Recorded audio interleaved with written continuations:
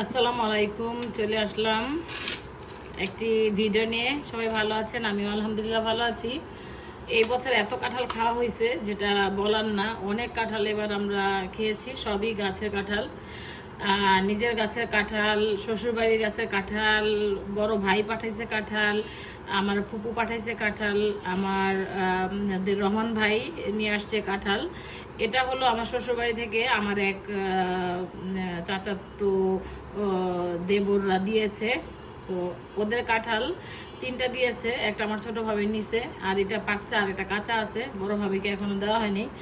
তো আমি বেশি একটা কাঁঠাল খাওয়া হয় না, কিন্তু আমার অনেক পছন্দ কাঁঠাল। গরমের কারণে আমি কাঁঠাল খেতে পারছি না, কিন্তু কাঁঠাল এখন হয়তো ভাল লাগছে না, কিন্তু যখন আমি আমার পরে খেতে ইচ্ছা করবে তখন আমি কাঁঠাল কোথায় পাবো, তাই ভাবলাম যে আজকে আমি এই কাঁঠালটা ভিতরে কি অবস্থা তো জানি না, কেমন দিয়ে ভালো হলে অবশ্যই আমি এটাকে ডিপ ফ্রিজে সংরক্ষণ করব। তো কিভাবে আমি এই কাঁঠাল সংরক্ষণ করি সেটা আপনাদের সাথে শেয়ার করি। তো চলুন আমি কাঁঠালটা কেটে নিই, ও আগে তেলটা মেখে নেই। হাতের মধ্যে একটু সরিষার তেল লাগাই নিলাম, ছুরিতে একটু সরিষার তেল লাগিয়ে নিলাম। তো বিসমিল্লাহ করে শুরু করা যাক। বিসমিল্লাহ। আমি আসলে কাঁঠাল কিন্তু ভাঙি না, আমার বড় ভাবি কাঁঠাল ভাঙে। বড় ভাবি এই মুহূর্তে আমার কাছে নাই, আমাদের বাসায় নাই। তো আমার ছোটো ছেলে কাঁঠাল পছন্দ করে না, ও না থাকলে কাঁঠালগুলি ভাঙা হয়, তার জন্য আমি কাঁঠালটা ভেঙে নিচ্ছি। দেখি কি অবস্থা। আমি বললাম কাঁঠাল আমি ভাঙতে পারি না।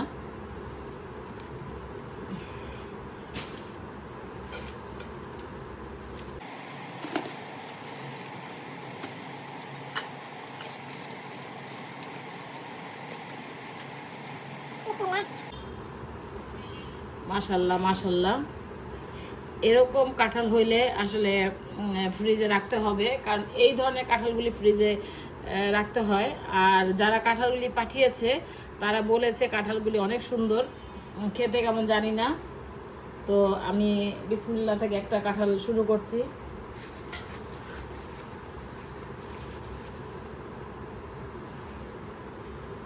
মাশাল্লাহ, অনেক সুন্দর কাঁঠাল, খেতে অবশ্যই এরকম স্বাদ লাগবে। তবে কাঁঠালের ভিতরে শিকড়, কাঁঠালের বীজের ভিতরে শিকড় হয়ে গেছে। এই যে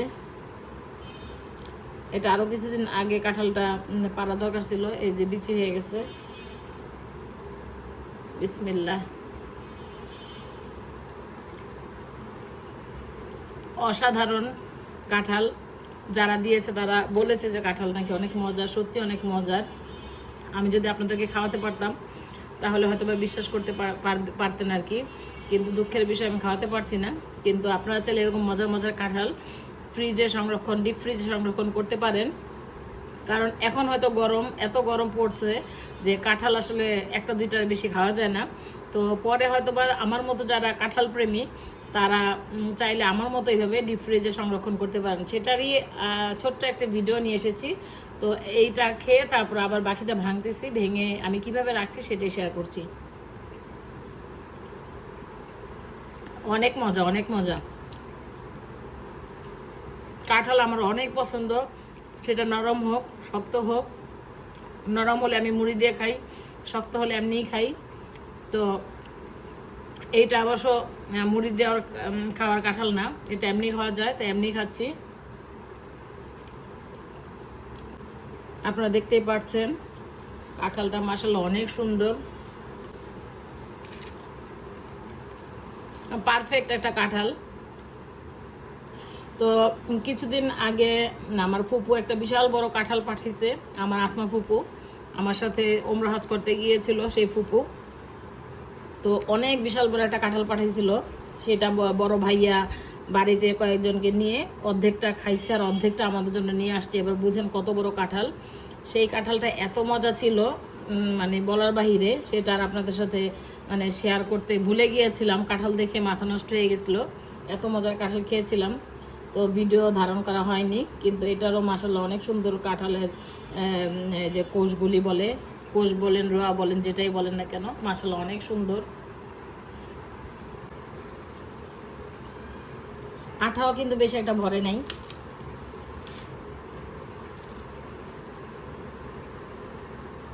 তো নর্মাল ফ্রিজে 4-5 দিন রাখা যাবে, আর ডিপ ফ্রিজে আমি রাখবো, তবে নর্মাল ফ্রিজে রাখবো। আপনাদের ভাইয়ার অনেক পছন্দ কাঁঠাল, এরকম এরকম আর কি নরম কাঁঠাল সে পছন্দ করে না, কিন্তু আমি নরম শক্ত সবই পছন্দ করি।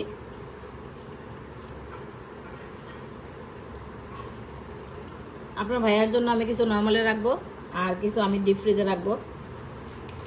আমি পুরোটা ভাঙবো না, যতটুকু ভাঙবো, যতটুকু ফ্রিজে রাখবো অতটুকু ভাঙবো, বাকিটা বড় ভাবিকে দিব। কারণ আরেকটা কাঁঠাল আছে, সেটা এখনও পাকে নাই আর কি। 3টা কাঁঠাল পাঠিয়েছে কালকে, 3টা কাঁঠাল নিয়ে আসছে আপনাদের ভাইয়া। আমার শ্বশুরবাড়িতে গিয়েছিল, তখন কাঁঠাল দিয়ে দিছে।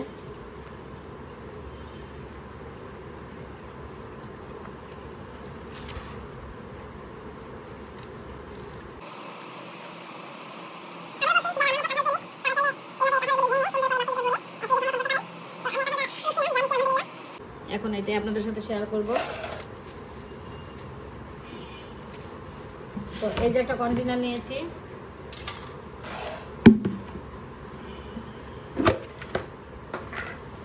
এখানে একটা টিস্যু দিয়ে দিব। তারপরে কাঁঠালগুলিকে আমি বেচে, মানে এই যে বেছে ভিতরে যে বিচি আছে, সেই বিচিটা ফেললে তারপরে আমি এই যে এক এক করে রেখে দিব। বিচি এই যে অনেকগুলির মধ্যে গাছ হয়েছে, অনেকগুলি তো হয় নাই।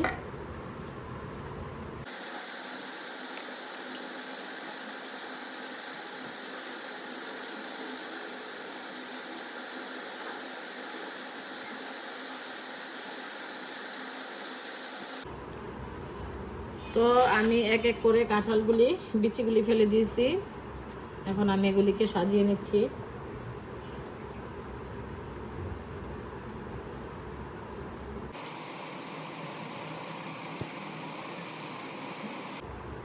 এভাবে রেখে আপনারা সারা বছরই কাঁঠাল খেতে পারবেন, যদি আমার মতো এরকম কাঁঠাল প্রেমিক হন। তাহলে আমার অনেক পছন্দ কাঁঠাল, যেটা আপনাদেরকে বলে বোঝাতে পারবো না। কিন্তু বেশি কাঁঠাল আসলে খাওয়া তো যায় না। আগে প্রচুর কাঁঠাল খেতাম যখন আমার প্রেশার ছিল না।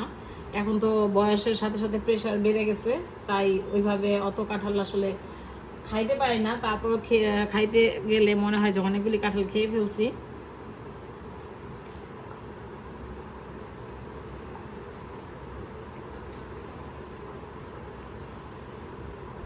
তো এই তো এতটুকুই রাখবো, আর বেশি একটা রাখবো না।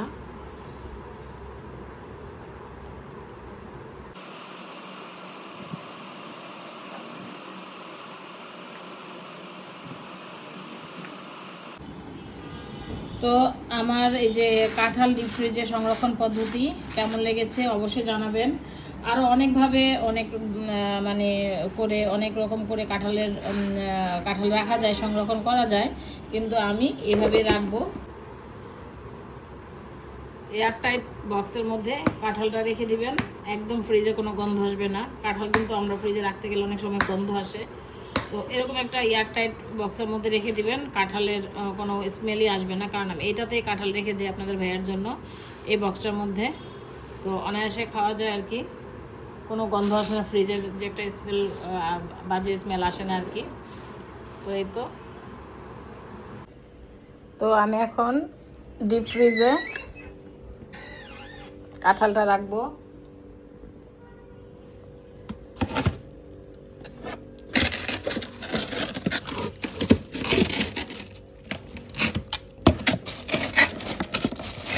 তো এই যে কাঁঠালটা ডিপ ফ্রিজে রেখে দিলাম,